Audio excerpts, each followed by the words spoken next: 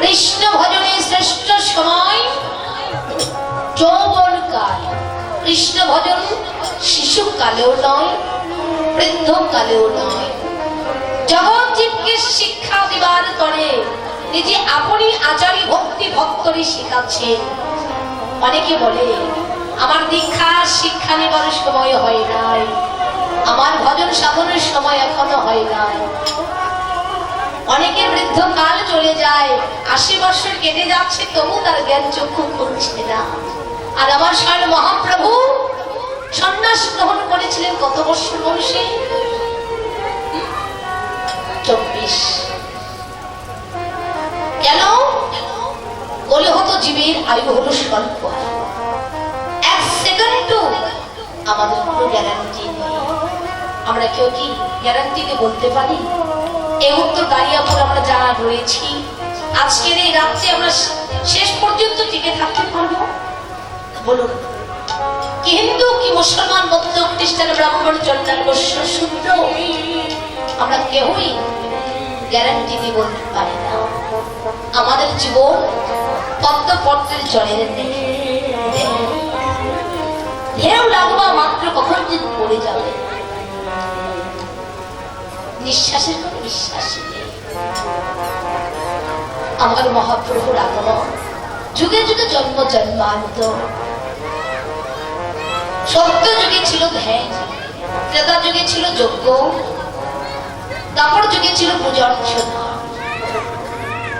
সত্য যুগে 12 বছর ধ্যান, ত্রেতা যুগে 1 বছর যজ্ঞ, দাপর যুগে 1 মাস পূজা অর্চনা। বলে হতো জীব আমরা কি 12 বছর কাটাতে পারবো বাবা? কি দাদা পারবো? 1 বছর কি পারবো না 1 মাস পারবো? 1 সেকেন্ড আমাদের কোনো গ্যারান্টি নেই।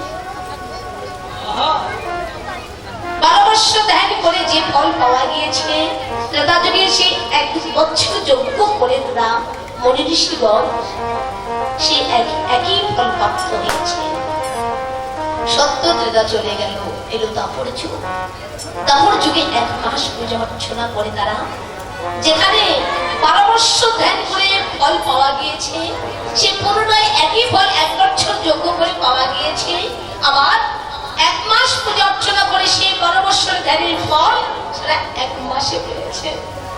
আজ আমার মহাপ্রভু 12 বছর নয়, 1 বছর যজ্ঞ হলো, 1 মাস পূজা অর্চনা নয়, অন্তরঙ্গ ভক্তদের লয়ে, পারিষদ বর্গদের লয়ে তিনি কলিহত জীবকে তরানোর দরে, কলিজীবীর কল্যাণের দরে, মুক্তির আসে ভোটের নিমিত্তে আজকে উদয় হয়েছে।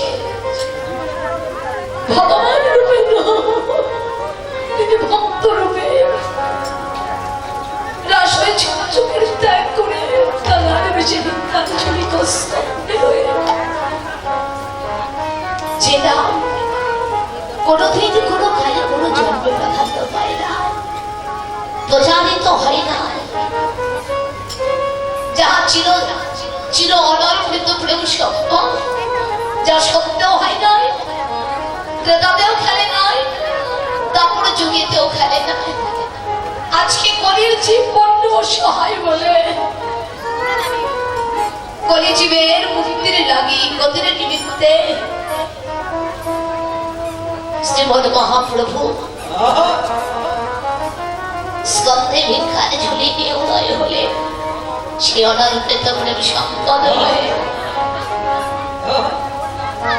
অনর্পিত চলে গেছে রাত করুণায় অবতীর্ণ কন্যা।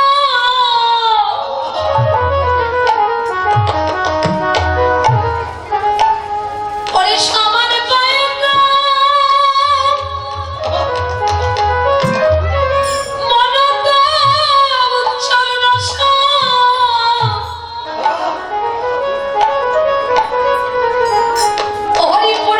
সুন্দর জ্যোতি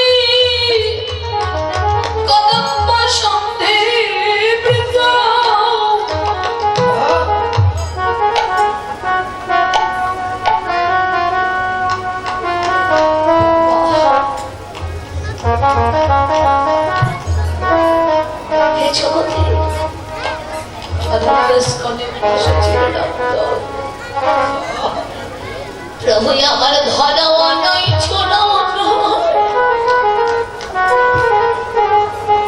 ওরে হাসি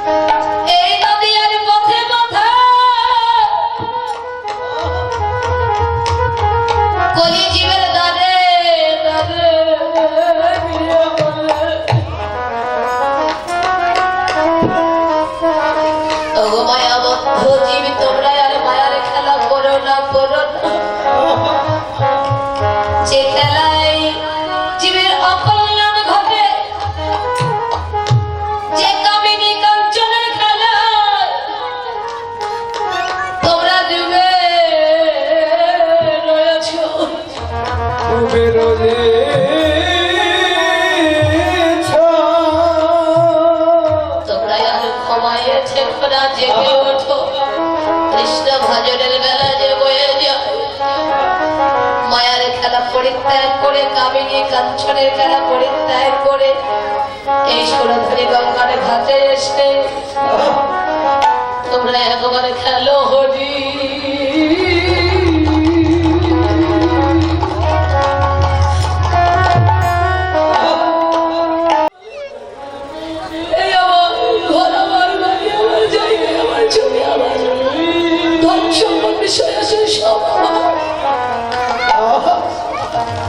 ঐশ্বর্যের ভাবে পড়ে কাঁদে আবার আমার বলে কাঁদে মহাজনে বললে তাদের এই ঐশ্বর্য চিরদিন তাদের কাছে ঐশ্বর্য থাকে না কোনো একদিন মাধুর্য পরিণত হয় আর যেদিন হয় সেই দিন আমার গৌর গোবিন্দের চরণের গর্বতা সমস্ত যোগ্যতা হারিয়ে যায় একের পর ইন্দ্রগুলো প্রশ্ন করতে থাকে স্বাধীনিকা প্রশ্ন করে জবাব দেয় আমাকে তারা কত কথা শোনালে আজ তো আমি কিছু শুনতে পারছি না যে কথা শুনলে আমার অন্ধগতি নাম হবে সেই ভাগবতীয় কথা কৃষ্ণ কথা আমাকে তারা দুষ্ট মনে করালে আমার কানে খালো দর্শনিন্দ্র চক্ষু জবাব দেয় আমাকে তারা কত দৃশ্য দেখাইলে আজ তো আমি কিছু দেখতে পাচ্ছি কই আমাকে তারা কখনো ভগবত অধ্যয়ন করাওনি প্রভুর লীলাস্থলে দর্শন করাওনি প্রভুর রূপ দর্শন করাওনি ভক্ত অঙ্কুশব দর্শন করাওনি আমি আজ কিছু দেখতে পাচ্ছি না অতীন্দ্র ইন্দ্র সমুদ্র জল করে সৃষ্টি শক্তি ধীরে ধীরে খেয়ে হতে থাকে সাথে নাসিকা জবাব দেয় আমাকে তারা কত গন্ধ দিলে আজ তো আমি আর কোনো গন্ধ নিতে পারছি না কোনদিন আমার প্রভুর অর্চনা কালে ধূপদীপের গন্ধ আমাকে দ্বারা আস্বাদন করার নেই চন্দন চর্চিত কুসুমদা আমার প্রভুর চরণে অর্পণ করে তার নির্বাণ গন্ধ আমাকে দ্বারা আস্বাদন করার জবাব দেয় আমাকে তারা কত ভক্ত কুভক্ত সাথে দিলে আর কোনো কিছু সাথ দিতে পারছে না। আমাদের জীবন তো জানলো না কৃষ্ণ নাম করে থাকে। জ্ঞানেন্দ্র কান্দ চক্ষু নাসিকা জিহ্বা পঞ্চ জ্ঞানেন্দ্র হস্ত পদ পাদ পাও হস্ত পঞ্চ কর্মেন্দ্র ধীরে ধীরে বিনাশ হয়ে যায়। হস্ত গঙ্গা করতে পারে না, পদ দেখানা পা চলতে পারে না, পদন এক কথা বলতে অন্য কথা বলছে না। এমন দিন কারো জীবনে এসে যায় কখন মন্ত্র পড়ে যায়।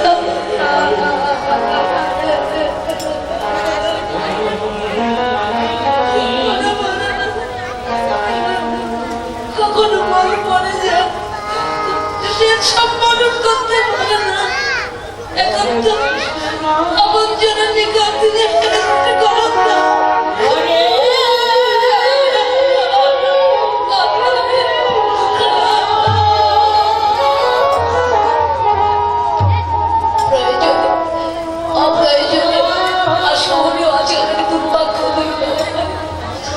তখন তার অন্তর ক্ষত বিক্ষত হতে থাকে। সামান্য বোধ যদি ভগবান চরণে দর্শন আসে, হে পরমেশ, যাদের জন্য নিজেকে তিল তিল করে ব্যয় করলাম, ঝড় নেই, বৃষ্টি নেই, শীত নেই, গরম নেই, আহার নেই, নিদ্রা নেই, শান্তি নেই, ক্লান্তি নেই, যাদের জন্য নিজেকে তিল তিল করে ব্যয় করলাম, আজ আমি হয়ে গেলাম কলঙ্ক।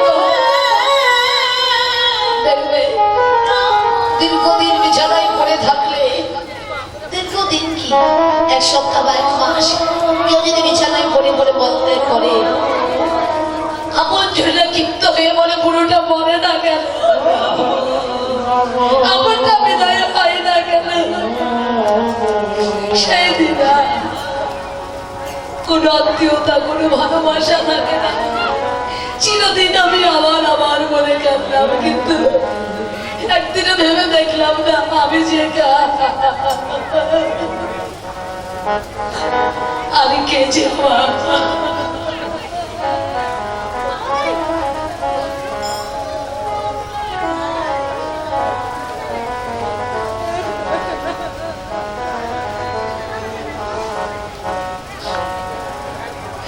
তোরে আপনাব আপন আপন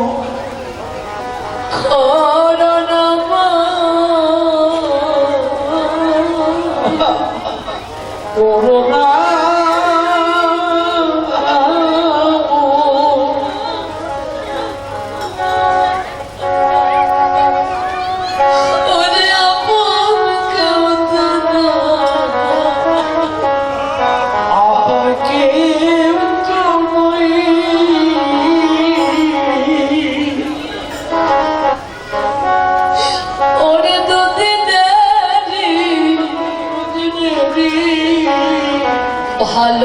ভালোবাসা আর খলকে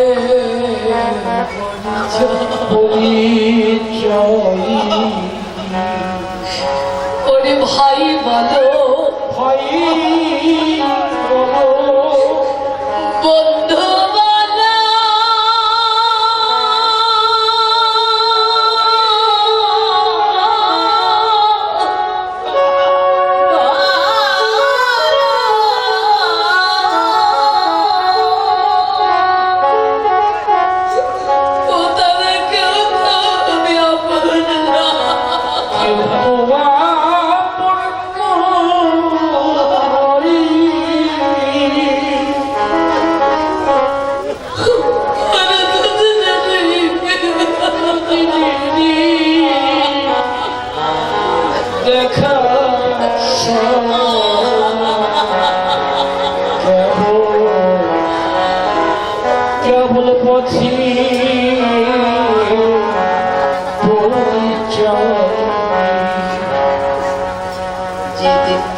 থেকে প্রাণ চলে যাবে হয়ে দেহ তুলসী তলা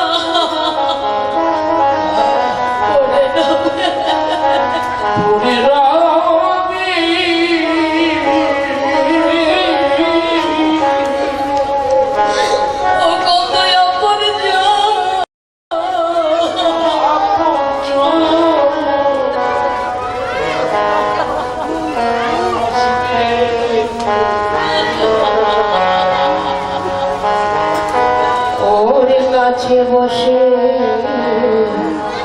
বসে কাঁদিবে আবার কেউ আসিবে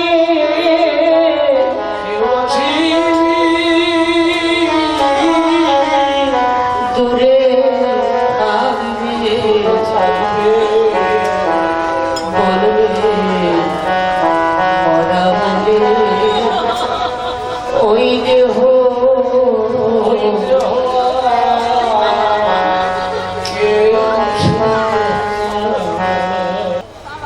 তোমার সৃষ্টি হয়েছে কলিহত জীবকে তরানোর জন্য।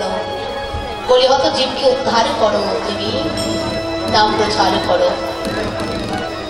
তো আজ আমার মহাপ্রভু সেই নাম নিয়ে তিনি ব্রজে ছিল, বৃন্দাবন ধামে ছিল। বৃন্দাবন ধামে লীলা বিলাস করে সংক্ষিপ্ত লীলা বিশ্রামে রেখে তিনি আবার পুরীতে ফিরে এসেছেন। তো শ্রীকৃষ্ণ বৃন্দাবনে কবে এসেছেন?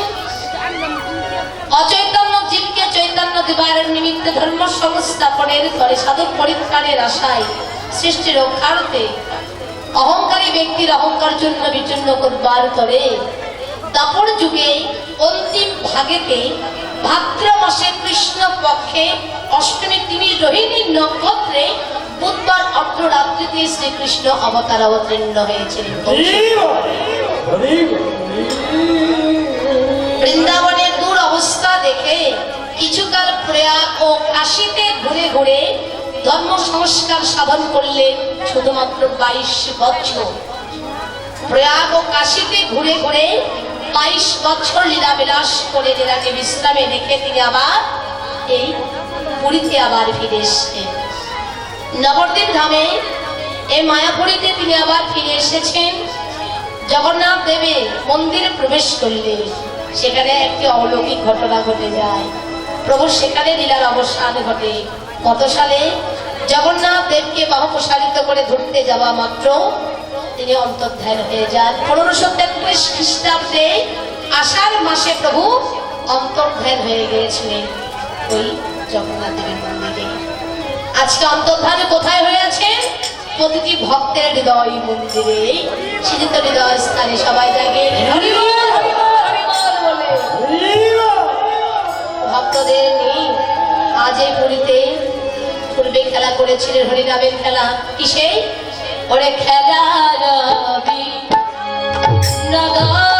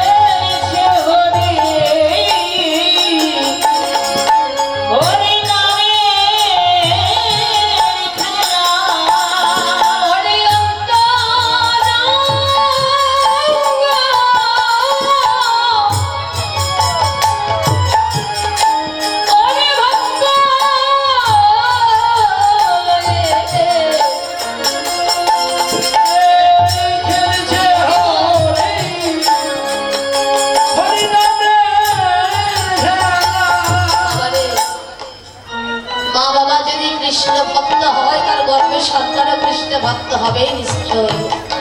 এটা কখনো মিথ্যে নয়, যে শাস্ত্রের বচন, গীতাতে প্রমাণ আছে।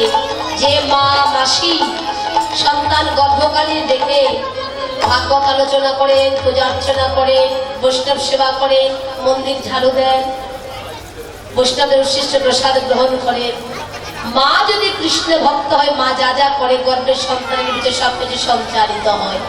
মা কৃষ্ণ ভক্ত হইলে তার সন্তানও কৃষ্ণ ভক্ত হবে নিশ্চয়ই। আমার ছোট বাবু তার বাবার জন্য টাকা দান করলো। আপনার ভাগ্যটা খুব ভালো, আপনার সুন্দরী কৃষ্ণ ভক্ত মেয়ে পেয়েছেন। ভগবান যেন তাকে সুস্থ রাখেন, মঙ্গলে রাখেন, আপনাদের বন্দে নরম করে রাখেন।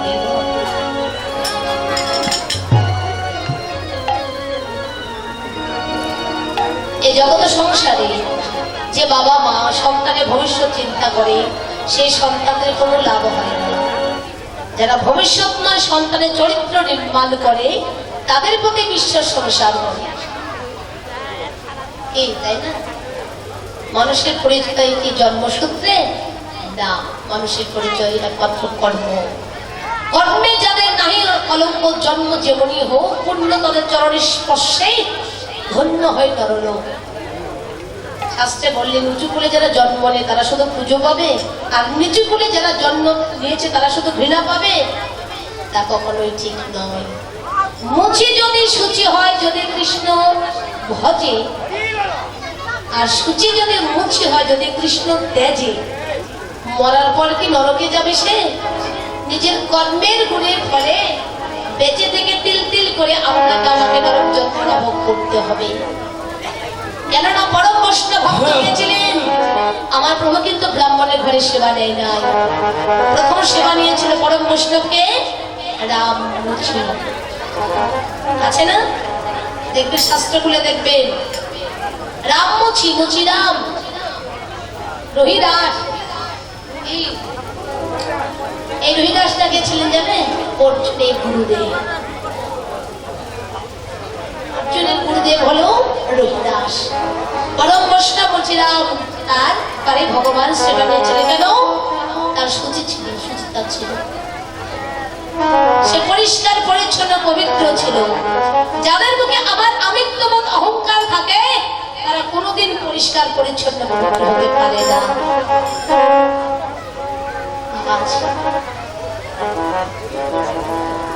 যার ভক্তি নাই তাকে মুক্তি আছে।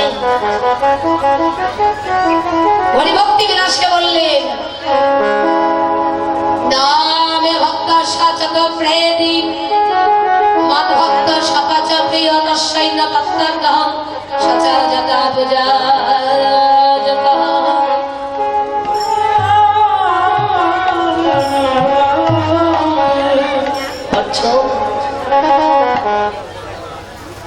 যত প্রেম ব্রাহ্মণের যদি আমাকে ভক্তি না থাকে, সে আমার প্রিয় ভক্ত নয়। সামান্য চণ্ডালের যদি ভক্তি থেকে থাকে, সেই আমার শ্রেষ্ঠ ভক্ত। আমি যেমন তার নিকট প্রয়োজনীয়, সেই ভক্ত আমার নিকট প্রয়োজনীয়। যে করে আমার পুজো, আমি করে থাকি তার পুজো। এই মানবগুলি জন্ম সার্থক হবে কি করে সংসারে? জাগিরাতে বললেন,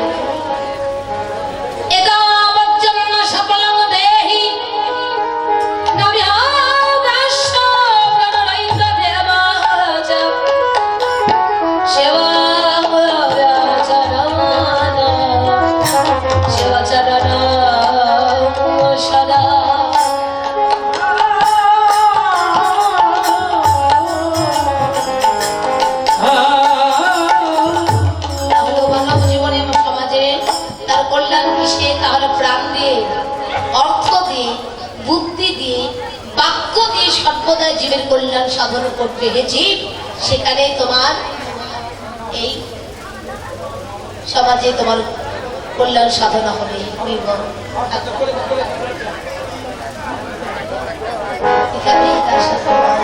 অন্য কথা নয়। যদি পারেন তো কৃষ্ণ পথে ডেকে আনবেন, তাকে কুমন্ত্রণা দিয়ে গুরু নিন্দা, বৈষ্ণব নিন্দা, ভক্তের নিন্দা করে যা কিছু সঞ্চয় করে এনেছিলেন এতদিন, ওই নিন্দার কারণে সব বিনষ্ট হয়ে যাবে, সব দূরে চলে যাবে। তো পারেন তো একটু নাম করবে, প্রভু আমার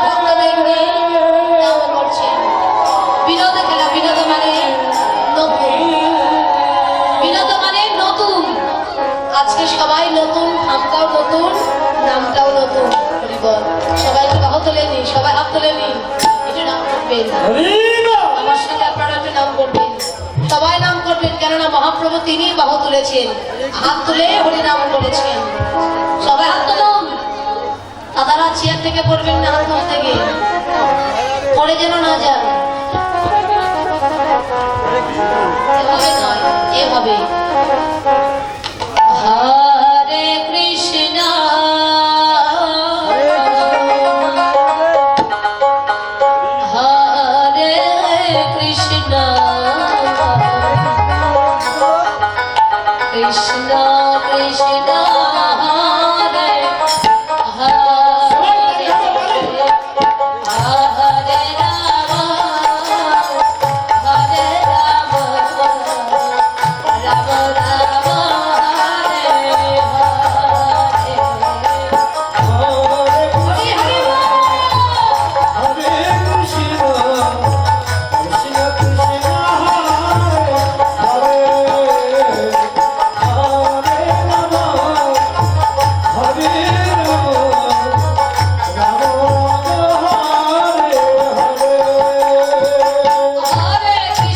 হরে কৃষ্ণ কৃষ্ণ কৃষ্ণ হরে হরে হরে রাম হরে রাম রাম রাম হরে হরে। হরি হরি হরে কৃষ্ণ কৃষ্ণ কৃষ্ণ হরে হরে হরে রাম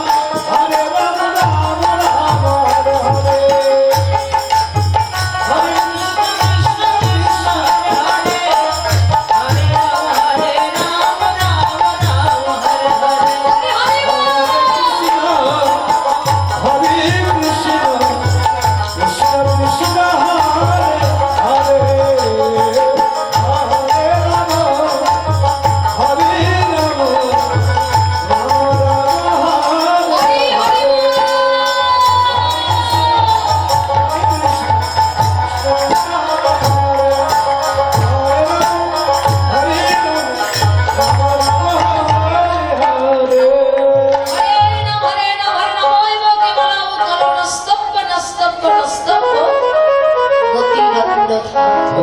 হে জীবগণ করিতে নাম ভজন নাম সাধন, নাম চিন্ত নাম ভজন নাম পরসার। এই হরিনাম কৃষ্ণ নাম বিনা কলি হত জীবের গতি দায়ার। শুধু একদিনের বিনিময়ে নাম করেছে, তাই নাম নিতে কখনো চুকলে জন্ম নিতে হবে না, শুধু মনটা পরিষ্কার করতে হবে। আপনি আপনার পথ ঠিক করে দিন। গুরুদেব কর্ণে মন্ত্র দিয়ে গেছেন, প্রদীপ জ্বালিয়ে দিয়েছেন, প্রদীপের শিখা বাড়ান।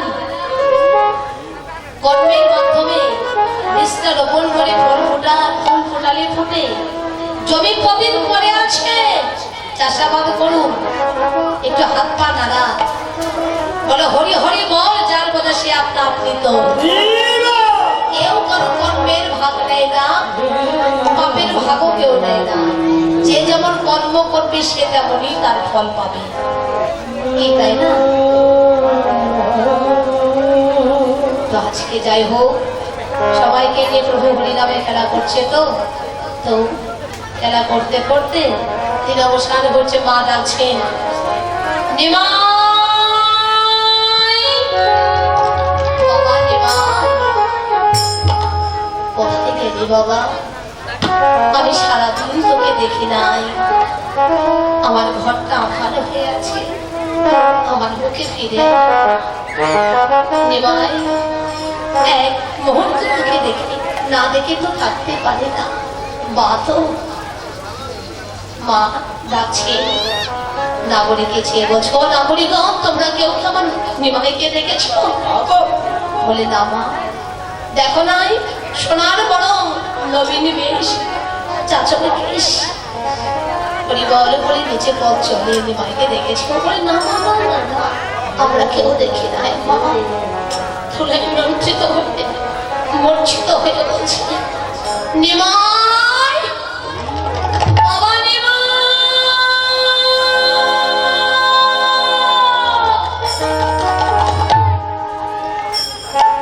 আমার প্রাণে প্রিয়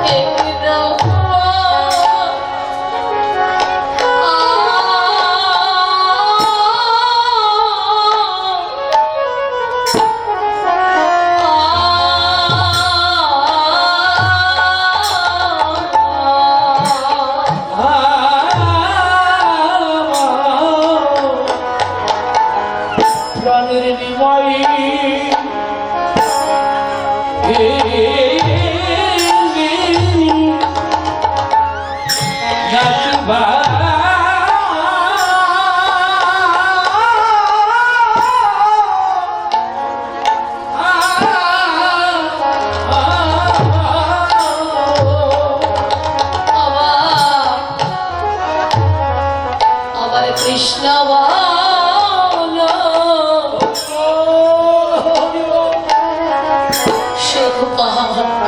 সুখ পাখিটা আমার প্রাণের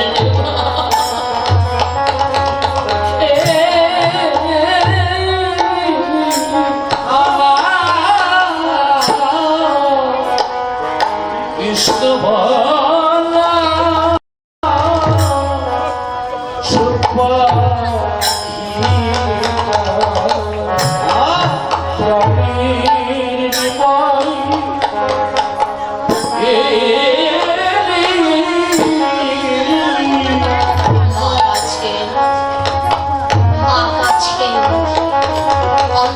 শ্রী গৌর হরি ভক্তের ভগবান সকলের অন্তর খবর তিনি ছেলে বলে নিতাই অদ্বৈত গদাধর গগরে তার বেলা নাই আমাদের খেলায় প্রবল শক্তি বাড়বে আমরা যদি জননীর চরণে মায়ের চরণে প্রণাম জানিয়ে আসি এবার খেলা করতে করতে মার কথা মনে হওয়া মাত্র চললেন কি দেখেই পরের দিন যাব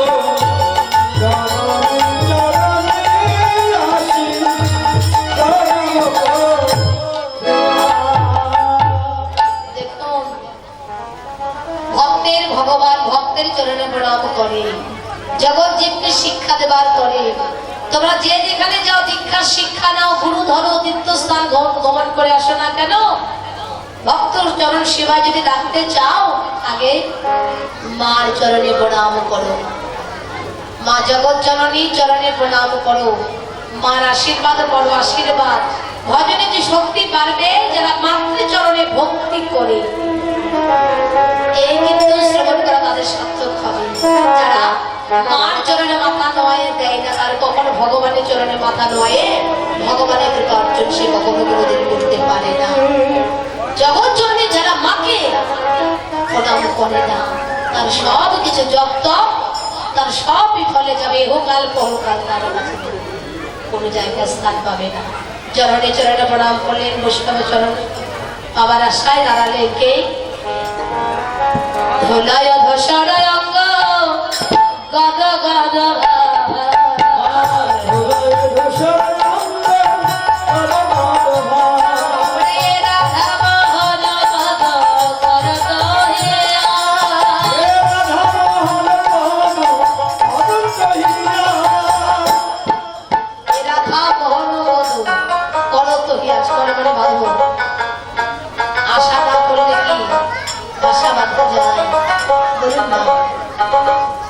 সবার মুখে কিঞ্চিত চাওয়া পাওয়া আছে, আশা আছে, আশা নিয়ে তারা জীবন করে।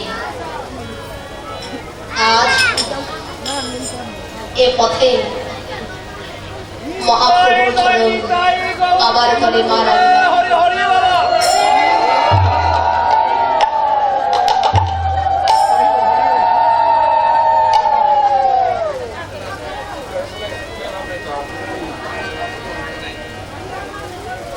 আজ মার চরণে যখন নিমাই প্রণাম করেছে, নিমাইয়ের সংস্পর্শে মা নিমাইকে চরণ থেকে বুকে তুলে নিয়েছে। বাবা নিমাই, তুই কোথায় হারিয়ে গিয়েছিলি বাবা? আমি তো সারাদিন মরণ দেখি নাই। মা শত শত চুম্বন করছি, অঙ্গ প্রত্যঙ্গ বদন করেছি, দেখতে দেখতে এবারে সারা অঙ্গ ধুলি করা নিমাই, তো সারা শরীরে ধুলি কে দিয়েছে রে? আঁচল দিয়ে ধুলি করা হচ্ছে। পাশে ছিল নিতাই, নিতাইকে জিজ্ঞাসাবাদ করলে ও নিতাই, নিতাই রে তোরা ভালো রাখতে পারিস না, ভালোবাসতে পারিস না, নিমাইকে কেন নিয়ে যাস? কেন তোরা নিয়ে যাস বল? সত্যি করে বলবি তোরা কেউ আমার নিমাইকে আঘাত করেছিস? নিমাইয়ের বদন শুকিয়ে গেছে, মলিন হয়ে গেছে, আমার নিমাই কেঁদেছে, তার সারা অঙ্গে ধুলে দিয়েছিস কেন?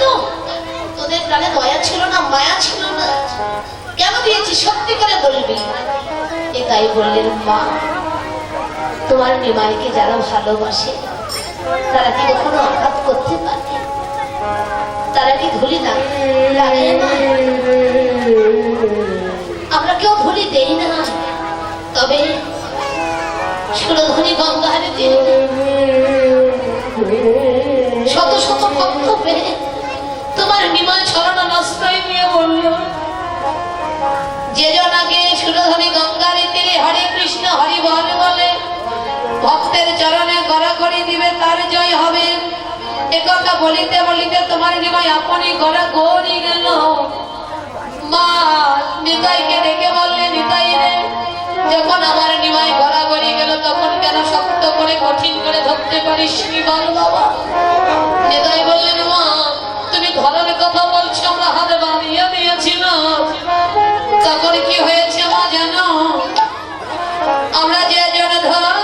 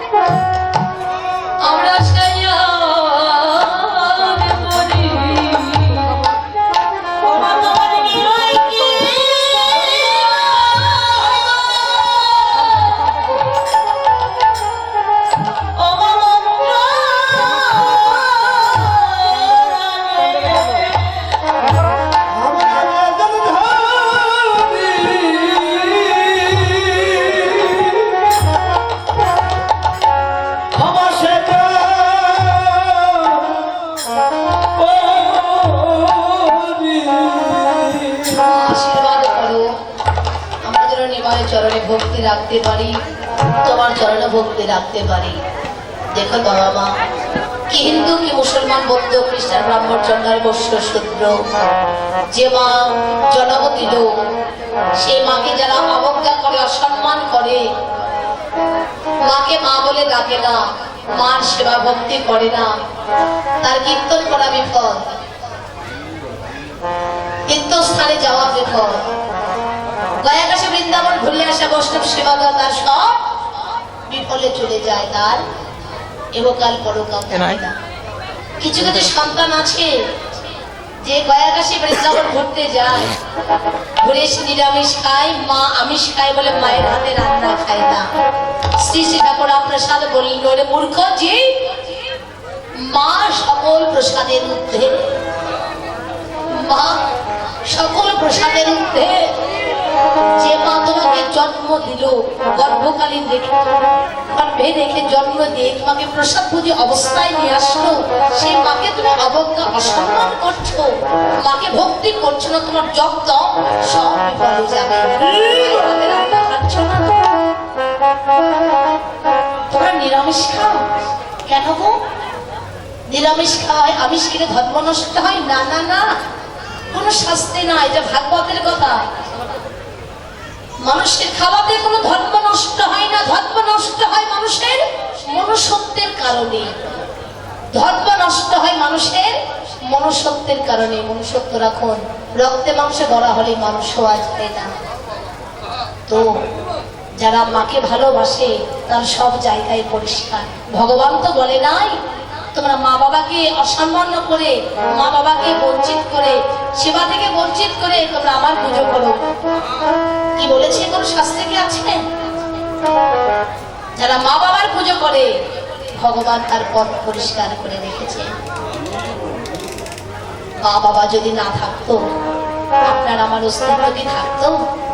মা আছে বলে, মেয়েরা নারীরা আছে বলে আপনার আমার অস্তিত্ব এখনো আছে, মা থাকবে চিরদিন, সেই মাকে প্রণাম করবে। আজ রাধারমন দাস দাঁড়ালেন ওই চরণ বাবার তরে, ধুলায় ধসলায় অঙ্গ গদ গদ ভাত, ধুলায় ধসলায় অঙ্গ গদ গদ ভাত, এ রাধা মাধব গদ করতে আয় রে হই দিওয়ানা তোমার এই চরণে আশা